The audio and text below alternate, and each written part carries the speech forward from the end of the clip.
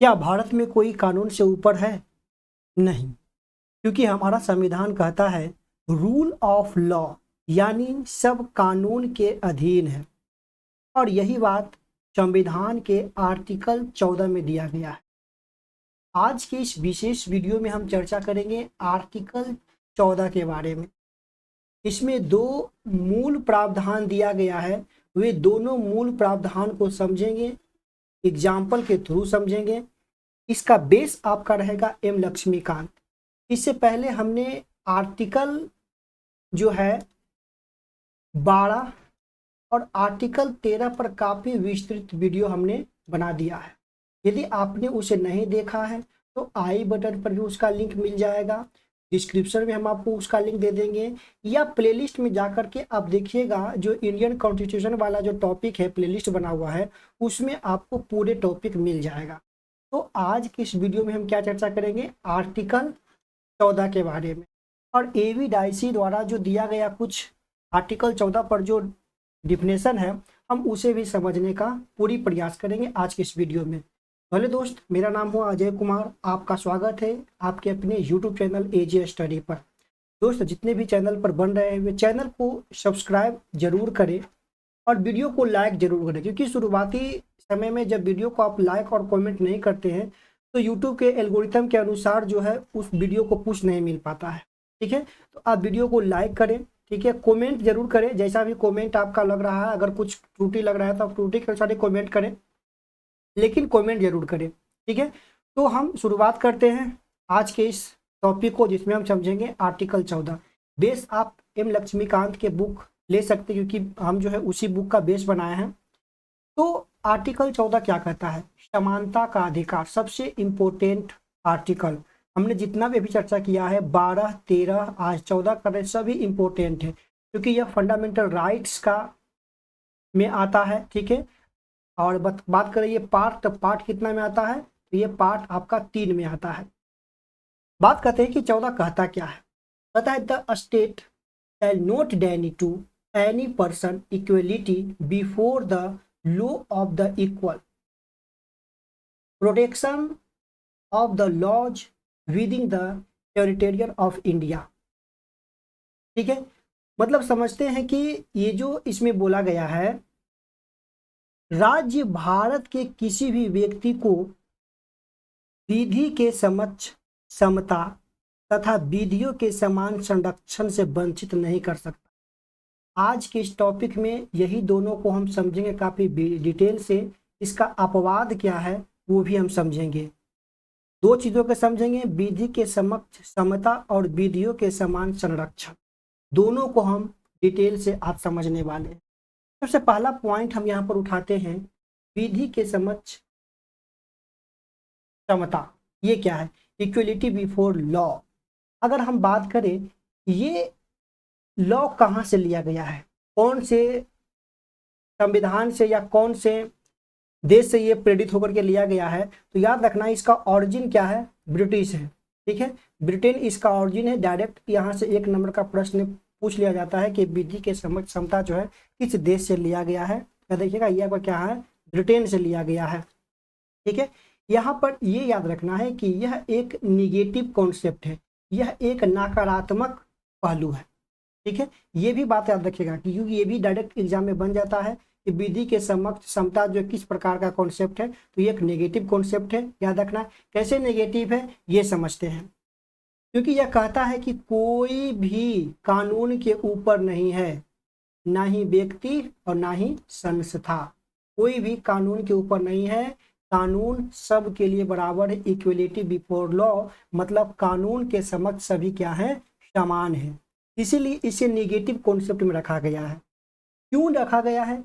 क्योंकि देश में जो विविधता है, कोई अमीर है, कोई गरीब है, कोई कुछ पद पर है, कोई कुछ पद पर है ना, लेकिन सभी के लिए जो है कानून यहाँ पर एक समान रखा गया है ना। इसीलिए इसे क्या है कि नेगेटिव पर्पस के रूप में इसे देखा जाता है।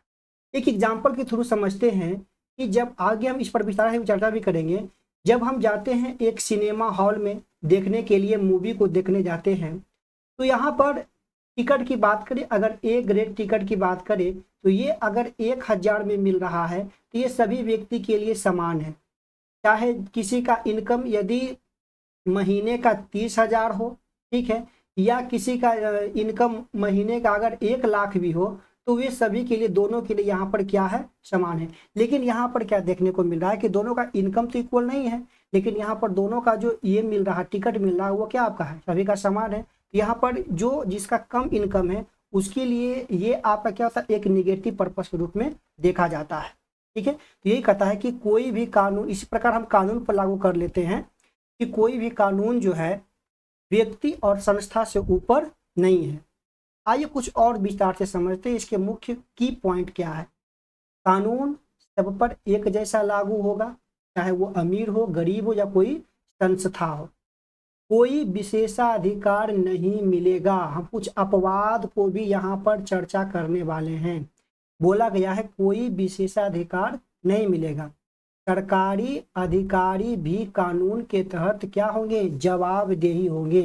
जितने भी सरकारी कानून अधिकारी होंगे वो भी कानून के तहत क्या होंगे, जवाबदेही होंगे। एक उदाहरण के साथ समझते हैं।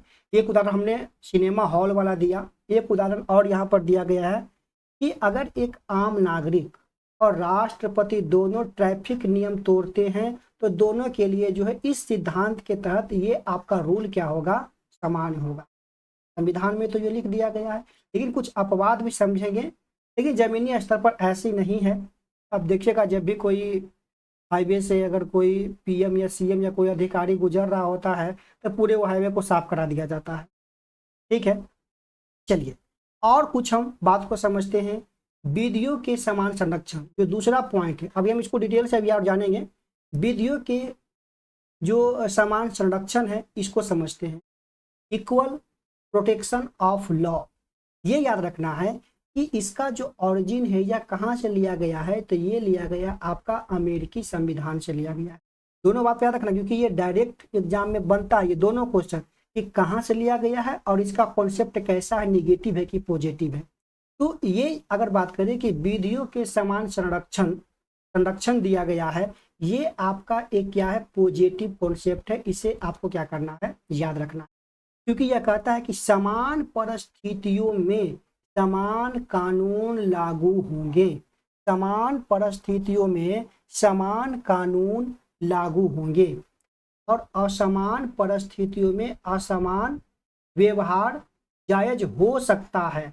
यही इसकी खूबी है, क्योंकि ये पॉजिटिव है, क्योंकि ये दोनों को बंटवारा करता है। चाहे जो उच्च पद पर हो या नीचे पद पर हो, चाहे जो अमीर हो, गरीब हो, अति पिछड़ा हो, एससी एसटी ओबीसी हो, इस पर ये थोड़ा सा क्या करता है, पॉजिटिव इम्पैक्ट डालता है। इसीलिए क्या कहते हैं हम, पॉजिटिव कॉन्सेप्ट के तहत देखा जाता है विधियों के समान संरक्षण में। ठीक है, असमान परिस्थितियों में असमान व्यवहार किया जा सकता है, यही इसका मेन प्लस है, मेन पॉइंट है। क्या की पॉइंट कुछ समझते, यह समतामूलक व्यवहार की अनुमति देता है। ठीक है, समतामूलक व्यवहार की अनुमति देता है। रीजनेबल क्लासिफिकेशन की अनुमति देता है, मतलब परिस्थितियों के अनुसार हम कानून बना सकते हैं और उस पर अप्लाई भी कर सकते हैं। ठीक है, जैसे ओबीसी एससी एसटी को आरक्षण देना, क्योंकि वो ऐतिहासिक रूप से क्या थे, वंचित थे, तो ये यहाँ पर उठ करके बात आता है। रीजनेबल मतलब जो परिस्थिति है, परिस्थिति के अनुसार जो है हम कानून में उसे छूट दे सकते हैं, इसीलिए इसे हम क्या कहते हैं, पॉजिटिव कॉन्सेप्ट के तहत देखा जाता है। और याद रखना, पॉजिटिव वाला अमेरिका और नेगेटिव वाला क्या रखेंगे यार, ब्रिटिश। ठीक है, यूके है ना, निगेटिव ब्रिटिश और पॉजिटिव अमेरिका, ऐसे करके याद रखना है। ये डायरेक्ट एग्जाम में पूछ देता है ये क्वेश्चन को। अब यहाँ पर हम समझते हैं कि ये जो दोनों कॉन्सेप्ट है इसमें कुछ अपवाद दिया गया है। जो इक्वलिटी बिफोर जो लॉ है, मतलब कानून के समक्ष जो सभी समान है, इस पर कुछ छूट दिया गया है। आप एम लक्ष्मीकांत के बुक में जाकर के भी इसे आसानी से देख सकते हैं, समझ सकते हैं, याद कर सकते हैं। आइए कुछ बिंदुओं से समझने का हम प्रयास करते हैं। जैसे इसमें जो छूट दिया गया है, सबसे पहले अपवाद जो है वह राष्ट्रपति राज्यपाल को आपराधिक मुकदमे से इसमें क्या दिया गया, छूट। हमने आर्टिकल 361 पर एक शॉर्ट वीडियो बनाया है, आप जाकर के शॉर्ट वाला पोर्शन में से देख सकते हैं। पूरी डिटेल से हमने इसे बनाया है, ठीक है, क्योंकि यह संवैधानिक सुरक्षा देता है। याद रखना है कि राष्ट्रपति या राज्यपाल अपने कार्यकाल के लिए किए गए किसी भी कार्य या लिए गए किसी भी निर्णय के प्रति देश के किसी भी न्यायालय में जवाबदेह नहीं होंगे। अगर राज्यपाल हो या राष्ट्रपति हो, वो अपने कार्यकाल में कोई भी निर्णय लिया हो, कोई भी काम किया हो, वह अपने कार्यकाल के दौरान किए गए किसी भी निर्णय को जो है किसी भी न्यायालय में इसका जवाबदेही उनका तय नहीं होता है। कुछ और अपवाद इसमें दिया गया है। राष्ट्रपति या राज्यपाल के विरुद्ध उसकी पदावधि के दौरान किसी न्यायालय में किसी भी प्रकार के दंडिक कार्यवाही प्रारंभ या चालू नहीं किया जाएगा। याद रखना है, जो दंडिक कार्यवाही है उनके पदावधि के दौरान किसी भी न्यायालय में नहीं चलाया जाएगा। राष्ट्रपति या राज्यपाल की पदावधि के दौरान उसकी गिरफ्तारी या कारावास के लिए किसी भी न्यायालय से कोई भी प्रक्रिया प्रारंभ नहीं की जाएगी। याद रखना है। अपवाद में आते हैं राष्ट्रपति और राज्यपाल। राष्ट्रपति या राज्यपाल पर उनके कार्यकाल के दौरान व्यवस्थित सामर्थ्य से किए गए किसी कार्य के लिए किसी भी न्यायालय में दीवानी का मुकदमा नहीं चलाया जाएगा। हाँ, यदि इस प्रकार कोई मुकदमा चलाया जाता है तो उन्हें इसकी सूचना जो है 2 माह पहले दिया जाएगा। याद रखना, इनके कार्यकाल के दौरान किसी भी न्यायालय में दीवानी जो है आपका कोई भी न्यायालय में मुकदमा नहीं चलाया जाएगा। दीवानी का मतलब आपने समझा होगा, हम इस पर वीडियो एक शायद बनाए हैं या बनाने वाले हैं, ठीक है। इस पर ये क्या होता है कि कोई भी आपराधिक मामला जो है दीवानी में आता है। ये भी इसमें भी ये कहा गया है अगर करना है तो 2 माह पहले जो है सूचना दिया जाना पड़ेगा। अगर 2 माह पहले सूचित कर करके आप दोनों पर कार्रवाई कर सकते हैं। अगर वही बात करें सिविल मामले में, अगर सिविल मामले में देखते हैं तो सिविल मामले में यदि कानून अगर कोई भी मुकदमा चलाना हो राष्ट्रपति या राज्यपाल पर, तो वे आपको क्या करना है, इन्हें 14 दिन के पहले नोटिस देना पड़ेगा, ठीक है। 14 दिन पहले नोटिस देना पड़ेगा और एक विशेष बहुमत से जो है 1/4 से पहले इसे पास करना पड़ेगा, तब जाकर इस पर मुकदमा चल सकता है, ठीक है। तो ये हमने समझा किस पर, ये देख लिया राष्ट्रपति और राज्यपाल को जो भी छूट दिया गया इस कानून के तहत वो इसमें देखने को मिल रहा है।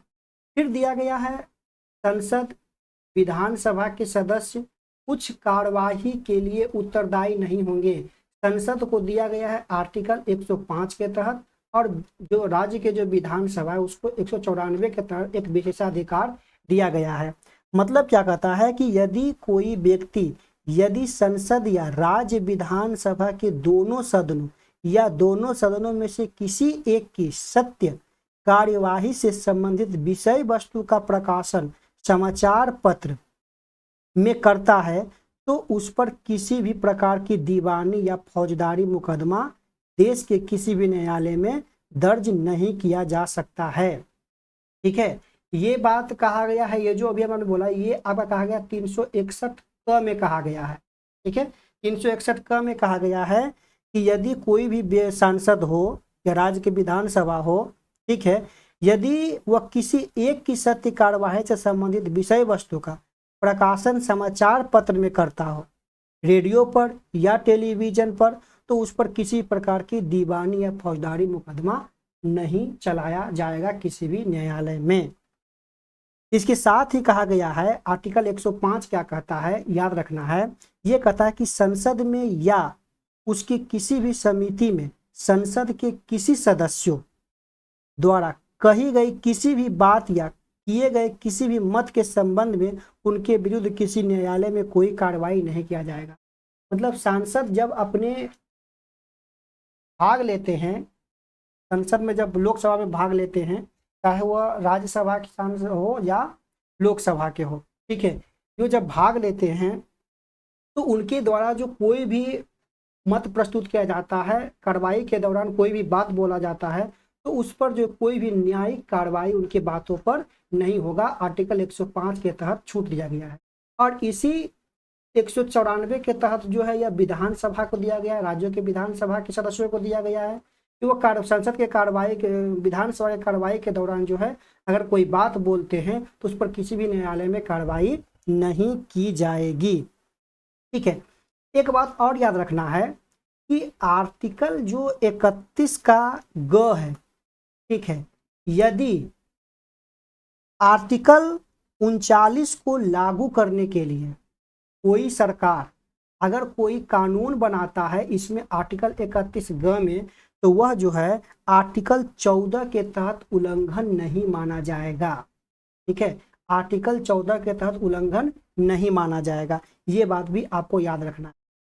फिर ये जो चौथा पॉइंट आप देख रहे हैं, ये कहा गया है कि विदेशी संप्रभु शासक या राजदूत या कूटनीतिक व्यक्ति दीवानी एवं फौजदारी मुकदमे से क्या होंगे, मुक्त होंगे। अंतर्राष्ट्रीय समझौता में अगर कोई व्यक्ति विदेशी राजदूत हो या कूटनीतिक व्यक्ति हो, ठीक है, इसे किसी भी प्रकार की दीवानी या फौजदारी मुकदमा इस पर नहीं चलेगा। इसके साथ ही संयुक्त राष्ट्र संघ एवं इसकी एजेंसियों को भी कूटनीति में मुक्ति दिया गया है। इसके साथ ही न्यायिक कार्यों के लिए न्यायाधीशों पर मुकदमा नहीं चलाई जाएगी। यदि न्यायिक कार्य में कोई भी न्यायाधीश अगर कुछ भी अपना वक्तव्य देता है तो इस पर किसी प्रकार की मुकदमा नहीं चलाया जाएगी, ये आपका न्यायिक स्वतंत्रता है। तो ये काफ़ी इम्पोर्टेंट है, इस स्लाइड को आप लोग बार बार देखिए, समझिए, वीडियो को सुनिए। ठीक है, अब चलते हैं कुछ और मुख्य बातें। यहाँ पर कुछ हम केस का जिक्र करेंगे।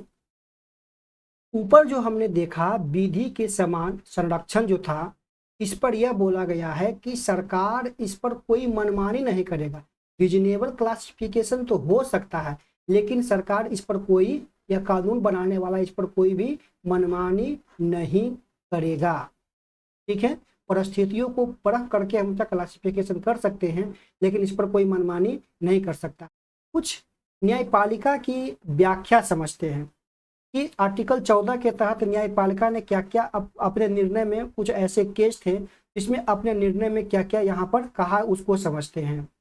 पहला मामला आप देख सकते हैं, state of West Bengal versus Anwar Ali Sarkar 1952 का यह फैसला है, जिसमें सुप्रीम कोर्ट कहा ये जो क्लासिफिकेशन है वो आर्बिट्रेटरी नहीं होनी चाहिए, आर्बिट्री नहीं होनी चाहिए। इसका मतलब है कि बिना तर्क, नियम या योजना पर आधारित और कभी कभी अनुचित मनचाहा स्वेच्छाकारी नहीं होना चाहिए। जैसा कि ऊपर बोला ना कि मनमानी नहीं होना चाहिए।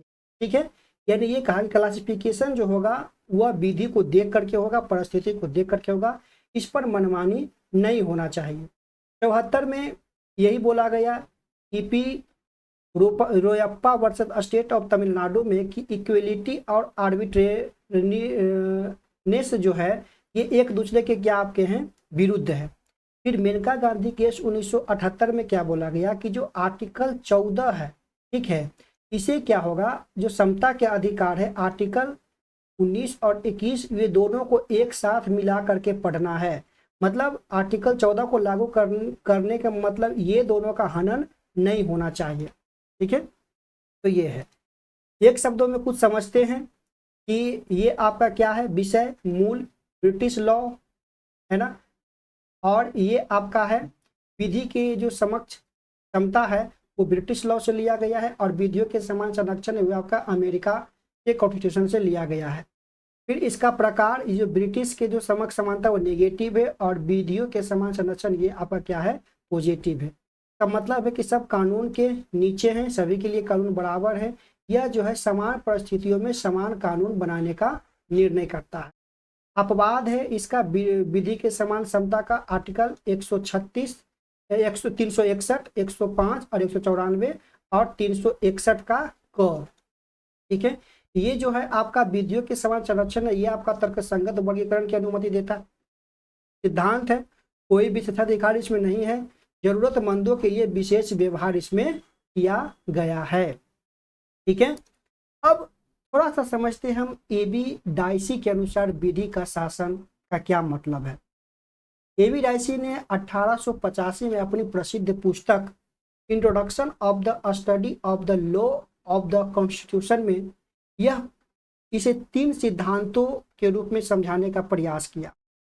पहला उन्होंने सिद्धांत दिया विधि की सर्वोच्चता, सुप्रीमेसी ऑफ लॉ, इसमें कहते हैं कि कोई भी व्यक्ति कानून के ऊपर नहीं है, कानून के विरुद्ध कोई मनमानी कार्य नहीं कर सकता है। यानी राज्य या शासन कोई भी कार्य कानून के अनुसार ही करेगा और कोई भी नागरिक केवल उसी बात के लिए उत्तरदायी होगा जो कानून में लिखा गया है। सरकार मनमानी यहाँ पर नहीं कर सकता है। पुलिस तब तक किसी को नहीं पकड़ सकता जब तक कि कानून के उसके प्रावधान ना हो। ठीक है, जब हम आर्टिकल 20 पढ़ेंगे और आर्टिकल 23 और 24 पढ़ेंगे, ठीक है, तो काफ़ी और अच्छा से ये बात आपका स्पष्ट हो जाएगा। फिर उन्होंने दूसरा दिया, विधि के समक्ष समानता, इक्वलिटी बिफोर लॉ के बारे में बताया कि सभी व्यक्ति राजा हो या रंग कानून के नज़र में क्या होंगे, सभी बराबर होंगे। कोई व्यक्ति विशेषाधिकार प्राप्त नहीं होगा, कोई पद या स्थिति किसी को कानून से मुक्त नहीं करता है। इसे हम आर्टिकल 14 के इक्वलिटी बिफोर लॉ से जोड़कर देख सकते हैं। ये आपका है। तीसरा बात उन्होंने कहा कि संविधान कानून द्वारा संरक्षित है, न कि पृथक दस्तावेज द्वारा। जो कि संविधान है वो किसके द्वारा संरक्षित है, वह कानून के द्वारा संरक्षित। ब्रिटेन में कहते हैं कि कोई भी लिखित संविधान नहीं है। याद रखना, ब्रिटेन में लिखित संविधान नहीं है। ठीक है, वह परंपराओं से अपना काम कर रहा है, लॉ के अनुसार अपना काम करता है। ऐसी मानते हैं कि नागरिकों के अधिकार की रक्षा अदालतें और विधि करती है, न कि कोई पृथक संविधान। न्यायपालिका कानून की व्याख्या करती है और अधिकारों की रक्षा करता है। भारत में भी लिखित संविधान है, इसीलिए यह बिंदु क्या है, डायसी के मत से थोड़ा क्या हो जाता है, अलग हो जाता है। कुछ और बात कर लेते हैं। इसके निष्कर्ष क्या हुआ, लॉ ऑफ लॉ, कानून की सर्वोच्चता, कानून के समक्ष समानता, अधिकारों की रक्षा और न्यायपालिका द्वारा की जाती है। जो भी नियम दिया गया है, कानून बनाया गया है, ठीक है, उसकी रक्षा किसके द्वारा की जाती है, तो न्यायपालिका के द्वारा की जाती है। खासकर अगर हम बात करें ब्रिटिश की, हिंदुस्तान में यहाँ पर बोले कि भारत में क्या है, भारत में जो है लिखित संविधान है। भारत में कुछ कुछ ऐसे प्रावधान जो कि संविधान में लिख दिया गया है, जैसे कि फंडामेंटल राइट्स संविधान में लिख दिया गया है। इसी पर यह थोड़ा सा क्या होता है, अलग हो जाता है, ये वाली मामला है ना। अब डायसी के सिद्धांत की आलोचना भी होती है। उन्होंने विधि विशेषाधिकार जैसे कि राष्ट्रपति को छूट को रूल ऑफ लॉ के खिलाफ माना। आज के लोकतांत्रिक समाज में कुछ सकारात्मक भेदभाव जैसे कि आरक्षण को मान्यता दी जाती है, जो डायसी के सिद्धांत से मेल नहीं खाता है। यही बोला गया है ना, यहाँ पर जो बोला गया कि जो भारतीय संविधान लिखित है और यहाँ पर आर्टिकल 14 में कुछ क्या है, परिस्थिति के अनुसार क्लासिफिकेशन किया गया है।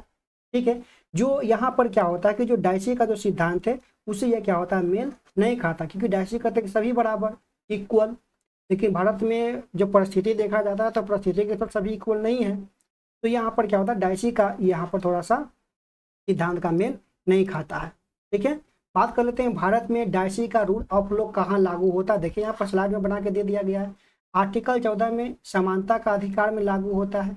आर्टिकल 21 में जीवन और स्वतंत्रता का अधिकार। इस पर काफी डिटेल वीडियो आने वाला है जल्द ही। फिर है जुडिशियल रिव्यू में, ड्यू प्रोसेस ऑफ लॉ में जो है ये भारतीय संविधान में इनका लॉ लागू होता है। याद करने वाले कुछ लाइन है कि एवी डायसी के अनुसार रूल ऑफ लॉ का अर्थ है कानून सर्वोच्च है, सब कानून के अधीन है और अधिकारों की रक्षा न्यायपालिका करती है। भारत में न्यायपालिका तो करता ही है, लेकिन भारत में न्यायपालिका किसका सुनता है, संविधान के अनुसार। अगर संविधान लग रहा है कि संविधान में जो दिया गया रूल कानून अगर उसका उल्लंघन हो रहा है तो न्यायपालिका जो होगा, सुप्रीम कोर्ट जो होगा, तुरंत उस कानून को क्या होगा, शून्य कर देगा। आर्टिकल आपको हम 13 में काफी विस्तार से समझाए हैं, नहीं देखें तो आर्टिकल 13 आप जाकर के देखिए। इस प्रकार हमने आर्टिकल 14 को काफी विस्तार से समझा। ठीक है, ये वीडियो 24 मिनट तक गया है, क्योंकि विस्तार से समझने में थोड़ा सा लॉन्ग वीडियो जा सकता है। वीडियो को आप लाइक जरूर करिए, कमेंट के माध्यम से आप हमें बताएं कि वीडियो आपको कैसा लगता है। मिलते हैं अगली वीडियो में, तब तक के लिए दीजिए इजाजत, बाय बाय।